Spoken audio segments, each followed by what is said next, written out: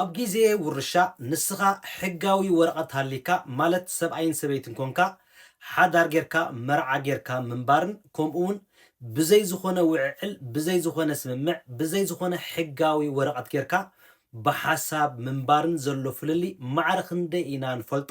እዚ ኣብ ግዜ ውርሻ ከም ኣብነት ናይ ኣጋጣሚ ኮይኑ ሃንደበታዊ ነገር በዓል ቤትኪ ወይ በዓል ቤትካ ምስ ትመተካ እሞኻ ንስኻ እዚ ገዛዚ ናይ ሓዴኹም እንድሕር ተጸኒሑ ከም ኣብነት ናይ ሰብኣይ እንድሕር ዳኣ ጸኒሑ እሞኻ ንስኺ ዝኾነ ስምምዕ ናይ ቃል ኪዳን ዘየብልክ እንድሕር ተኮይኑ እዚ ገዛዚ ብስሙ ተጸኒሑ እሞኻ ንስኺ ብውሽጢ ድዩ ብርድድ ድዩ ብዝኾነ ነገራት መዓት ኣሽሓት ነዚ ገዛዚ የሕሊፍ ኩሉ እንድሕር ዳኣ ጸኒሕኺ እሞኻ በዓል ቤትኪ ብድንገት ምዝመተኪ እሰልዲ እዚ ንዓኺ ዋላ ሓደ ነገር ውርሻ ኣይምልከተክን እዩ።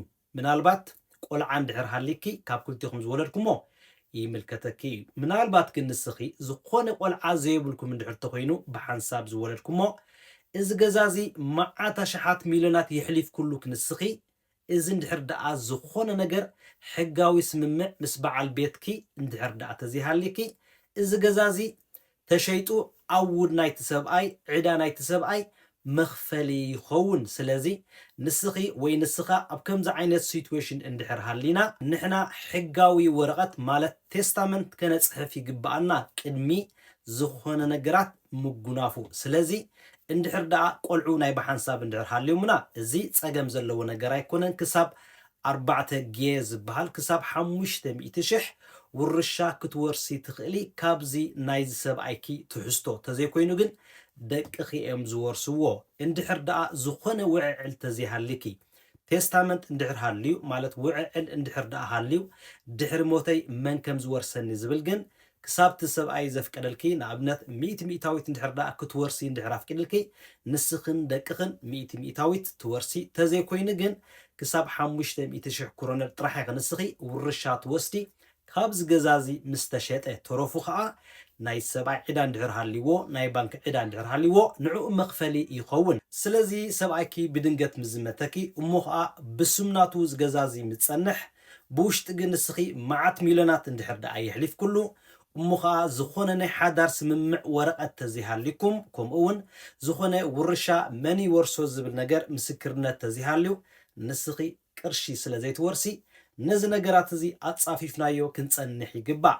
መቸም ይርዳእኒ ኣምላኽ ኣሎ ዝበሃል ነገራት ኣመንቲ ስለ ዝኾና ከምኡ እንዳበልና ክንጓዓዝ ንኽእል ኢና። ግን ዝኾነ ናይ ሓባር ውላድ እንድሕር ደኣ ተዘይሃልዮምና ዘጓንፈና ነገር ስለ ዘይፍለጥ ነዚ ነገር እዚ ክንሓስበሉ ይግባእ። ከም ተወሳኺ ኣብዚ ጽሑፍ ዘሎ ንሕና እውን ዘጓንፈና ነገራት ስለ ዘይንፈልጥ ደቅና ብዘይ ዝኾነ ውርሻ መታን ከይተርፉ ወይ እውን በዓል ቤትና በዓልቲ ቤትና ብዘይ ዝኾነ ውርሻ መታን ከይንተርፍ እዚ ናይ ህይወትና ኢንሹራንስ እውን ክንኣቱ ከም ዘለና እዮም ኣብዚ ዝሕብሩ ዘለው። እዚ ጽሑፍ እዚ ጽቡቅ ጌርና ነንብቦ ማዕረ ክንደይ ጠቃሚ ጽቡቅ ጌርና ክንርድኦ ይግባአና። ቅድሚ ገለ ኣዋርሕ ኣብ ስደት እዚ መን ይወራሲኻ ትብል ቪድዮ ኣስፋ ሓቢለ ሰሪሐ ነይረ። ንሳውን ኣቲና ንርኣያ ኣብ ታሕቲ ሊንክ ገርፈልኩም እየ። ጽቡቅ ገይሩ ክርዳእና ብኸመይ መንገዲ ቴስታመንት ከነፅሕፍ ከም ንኽእል ኩሉ ብሩህ ጌራ ኣባ ገሊፀ ኣለኹ። ስለዚ ኣብ ታሕቲ ሊንክ ገርፈልኩም እየ ነዚኣ እውን ንርኣያ ጽቡቅ መረዳእታ መታን ክንረክብ። ናይዚ ሓሳባት እዚ ምንጪ ምስ እንደሊ ኣብ ታሕቲ ኣብ ሊንክ ገዲፈልኩም ኣለኹ። ኣብኡ ኣቲና ጽቡቅ ጌርና ነንብቦ። ንእግር መገደይ ሕልፍ ክብል ስለ ዝረኸብክዋ ኣገዳሲት ኮይና ስለ ዝረኸብክዋ እያ ናብ ህዝቢ ዘቕርባ ዘለኹ ነበርቲ ኖርዌይ። ኣብ ካልእ ሃገራት እውን ትነብሩ ዘለኹም ተመሳሳሊ ሕግታት ክህሉ ስለ ዝኽእል እዚ እውን ባዕልኹም ኣቲኹም ኣንቢብኩም እንታይ እዩ ዝብል ዘሎ እቲ ሕጊ ኢልና ንሕና እቲ ሕጊ ክንፈልጦ ይግባአና።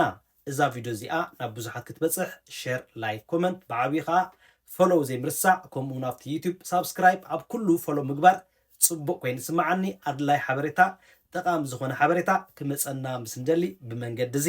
ስለዚ ቴንክ ዩ